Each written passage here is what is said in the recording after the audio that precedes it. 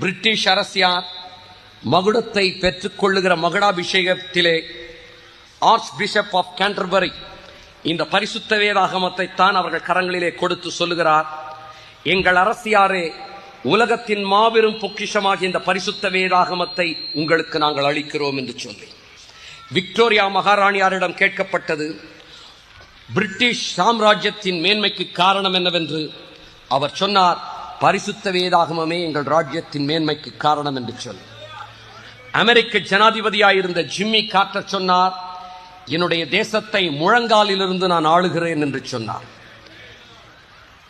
அமெரிக்க ஜனாதிபதியாயிருந்த Reagan சொன்னார், இவ்வுலகத்தில் நம்ம எதிர்நோக்கி இருக்கும் எல்லா பிரச்சனைகளுக்குமான பதில் பரிசுத்த வேதாகமத்தின் 2 அட்டைகளுக்கு நடுவே உண்டு, அதிலே அதற்காய் நாம் பார்க்க வேண்டும், அவ்வளவே என்று சொன்னார்.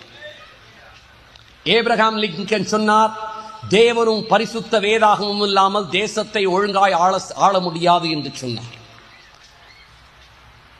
தேச தலைவர்கள், விஞ்ஞானிகள், அரசியல் தலைவர்கள் புகழ்வது உலகத்தின் மாபெரும் பொக்கிஷமாகிய பரிசுத்த வேதாகமம். இந்த பரிசுத்த வேதாகமம் உண்மை என்றால் கிறிஸ்தவம் உண்மையானது. பரிசுத்த வேதாகமத்தின் தகவல்கள் உண்மை என்றால் கிறிஸ்தவம் உண்மையானது.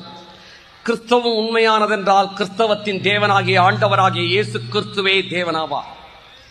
தலை சிறந்த புதைபொருள் ஆராய்ச்சி நிபுணரான நெல்சன் க்ளூயக் என்பவர் பின்வருமாறு தெரிவிக்கிறார், இதுவரை 25,000க்கும் அதிகமான இடங்களில் மேற்கொள்ளப்பட்ட புதைபொருள் ஆராய்ச்சி கண்டுபிடிப்புகள் எல்லாம் பரிசுத்த வேதாகமத்தில் சொல்லப்பட்டுள்ள தகவல்களுக்கு மாறுபட்டதாக ஒன்று கூட இதுவரைக்கும் அமைந்ததில்லை.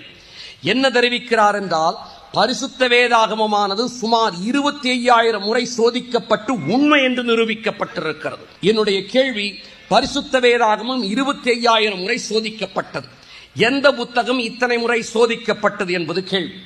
ஒரு சில புத்தகங்களை வாசிப்பதற்கு கூட ஆட்களே இல்லை. இந்த பரிசுத்த வேதாகமத்தை ஜார்ஜ் முல்லர் முழங்கால் படியிலிருந்து 100 முறை வாசித்தாராம். காரணம் என்ன? மகத்துவமான மாபெரும் பொக்கிஷம் 25,000 முறை இது சோதிக்கப்பட்டு உண்மை என்று நிரூபிக்கப்பட்டிருக்கிறது புதைபொருள் ஆராய்ச்சியின் மூலமாக.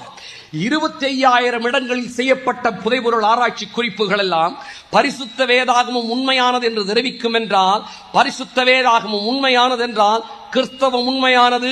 பரிசுத்த வேதாகமத்தின் தேவனாகிய கிறிஸ்தவத்தின் தேவனாகிய ஆண்டவராகிய இயேசு கிறிஸ்துவே தேவன்.